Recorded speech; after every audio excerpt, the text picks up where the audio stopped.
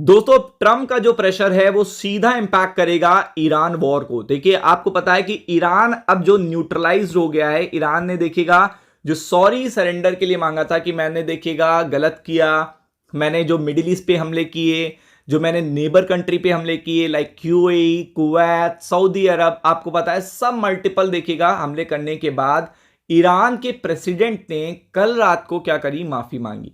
अब ईरान के प्रेसिडेंट ने जब कल रात को माफी मांगी तो आपको भी पता है कि यहां पे लगा कि लाइक देखिए टोन धीरे धीरे न्यूट्रलाइज हो रहे हैं। चाहते तो वो ना करें, क्योंकि आपको पता है कि वो ईरान तो साफ साफ कहता है सऊदी अरब उनका दुश्मन है, कुवैत, कतर और देखिएगा यूएई, वो सब देखिएगा उनके एंटी हैं, उनको सपोर्ट नहीं करते, उनको कभी भी देखिएगा मिडिल ईस्ट की सुपर पावर नहीं बनने दे रहे हैं।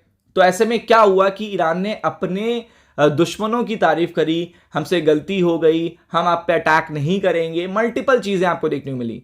लेकिन आपको पता है सुर धीरे होना तब शुरू होते हैं जब आपको पता चलता है कि आप कितना लंबा ये वॉर खींच सकते हो। आपने स्टार्ट तो एग्रेसिवली कर दोगे, जो पहले दिन का देखिएगा जो गुस्सा होता है ना वो ज्यादा होता है, जैसे जैसे दिन बीतते हैं गुस्सा शांत होता है, ये आपको भी पता है।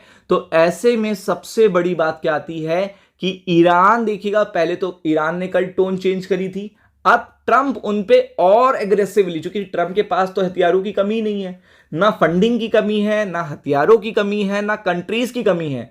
ईरान मतलब यूएस तो किसी भी कंट्री से कह देगा वो एक्टिवली पार्टिसिपेट करने लगेगा और तुरंत देखिएगा ईरान पे हमला कर देगा। तो ऐसे में ईरान एक बैकफुट पे आया उस तरीके से, और ट्रंप ने क्या कहा है कि अब अगर आपने अनकंडीशनल सरेंडर नहीं करा तो आज उन्होंने इतना बड़ा हमला करा है, कल रात को इन्होंने बताया था, और आपको पता है आज इतना बड़ा हमला करा है रात को कि सीधा बैकफुट पे, मतलब अब सीधा वो टारगेट कर रहे हैं कि तुम्हारे पैसा कमाने के जरिए कहां है। जब हम उनको टारगेट करेंगे फिर वो वेपन के स्टोरेज पे टारगेट करेंगे। तो आपको पता है जब वेपन स्टोरेज टारगेट होगा, रिफाइनरीज टारगेट हो ही रही है। आज जिस रिफाइनरी पे टारगेट किया गया है वहां से 15% ऑयल ईरान का सप्लाई होता था। 15%, 15% बहुत बड़ी बात होती है। तो आपका बड़ा लॉस हुआ है, छोटा तो लॉस हुआ नहीं है, बिग लॉस हुआ है। तो ऐसे में जब इकोनॉमिकली तोड़ेगा अमेरिका, इकोनॉमिकली जो ट्रंप तोड़ रहे हैं, तो ट्रंप ये चाह रहे हैं कि बस 5-10 दिन में हमें तुरंत सरेंडर कर दो, हमें सरेंडर करो एनी हाउ। तो वो जो प्रेशराइज है वो देखिएगा मार्केट को भी दिखेगा, वो चीजें मार्केट को भी दिख रही हैं। वही चीज सबसे इंपॉर्टेंट है कि ईरान ने देखिएगा लाइव अपडेट दी है, Trump was to hit very hard as देखिएगा वॉर इंटर सेकेंड वीक। दूसरे हफ्ते देखिएगा वॉर आ चुका है, आपको पता है 4 हफ्ते तक उन्होंने बताया है, सेकेंड वीक पर्टिकुलर स्टार्ट हो चुका है। तो ट्रंप का भी देखिएगा एक बिल्कुल पूरा कैलकुलेशन है कि इस वॉर में कितना पैसा लग रहा है, कितना पैसा उसको मिल पाएगा। ऑलरेडी देखिएगा 2 बार यूएस में शटडाउन हो चुका है, पैसे को लेकर वैसे भी किल्लत चल रही है, और यूएस का पर डे जितना पैसा फूक रहा है उसका 20% भी ईरान का नहीं लग रहा है।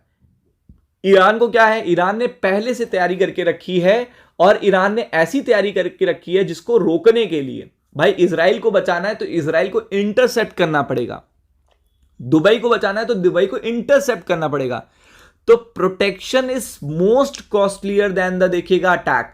जो प्रोटेक्शन है वो ज्यादा कॉस्टली है, वो इवन 10 टाइम कॉस्टली है मतलब अटैक के। मतलब आप अटैक करोगे तो आपने 2000 रुपए के देखिएगा मान लीजिए ड्रोन से अटैक किया, लेकिन उस 2000 रुपए के ड्रोन को इंटरसेप्ट करने के लिए हमें 20,000 रुपए की देखिएगा इंटरसेप्शन मिसाइल लगानी पड़ रही है।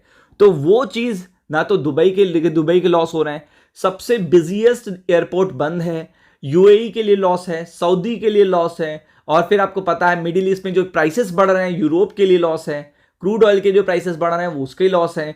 तो आप समझ सकते हो कि ये पर्टिकुलर वॉर अगर यूएस ज्यादा दिन तक खींचता है तो वो बहुत बड़ा टेंशन क्रिएट कर देगा। वो तो फिर देखिएगा यूएस बैकफुट पे आ जाएगा, क्योंकि इतनी फंडिंग अगर मिल भी गई, मान लीजिए पहले तो मिलेगी नहीं, और फिर अगर मिल भी गई तो वो चीज भी देखिएगा अगर 2 हफ्ते युद्ध चल गया तो वो पूरी फंडिंग खत्म हो जाएगी। क्योंकि आपको पता है आपको इजराइल को प्रोटेक्शन के लिए भी देना है, क्योंकि वो आपका सबसे मेन प्लेयर है मिडिल ईस्ट में, और फिर अगर आप देखेंगे खुद के लिए भी आपको प्रोटेक्शन करना है। फिर आपको, आपका देश इतना बड़ा है तो आपको अलग जगह पे जो इन्वेस्टमेंट करने, इकोनॉमिक एक्टिविटी भी देखिएगा। यूएस के वॉर में इन्वॉल्व होने से जो यूएस में इन्वेस्टमेंट आने थे वो भी बैकडअप हो रहे हैं, वो भी विड्रॉल ले रहे हैं लोग। क्योंकि अब वो यूएस डायरेक्टली देखेगा, पहले वेनेजुला के साथ, फिर अब ईरान के साथ, नेक्स्ट पता रहा है क्यूबा और फिर ग्रीनलैंड भी हो सकता है। तो ये जो चीजें चल रही हैं ये बड़ी टेंशन क्रिएट कर रही हैं यूएस के लिए और ईरान के लिए। तो ऐसे में जो प्रेसिडेंट डोनाल्ड ट्रंप ने देखेगा ये पूरी तरीके से ये बताया है कि वो अब जल्द से जल्द ईरान को घुटने टिकवाने वाले हैं, और या तो ईरान को किसी बैकअप से बताएंगे कि यहां पे आप सरेंडर कर दो, इस तरीके से कर दो और हम आपको देखिएगा माफ कर देंगे। तो ये चीज अच्छी आने वाली है, नेक्स्ट वीक बहुत ही इंटरेस्टिंग होने वाला है, बी प्रिपेयर्ड फॉर इट।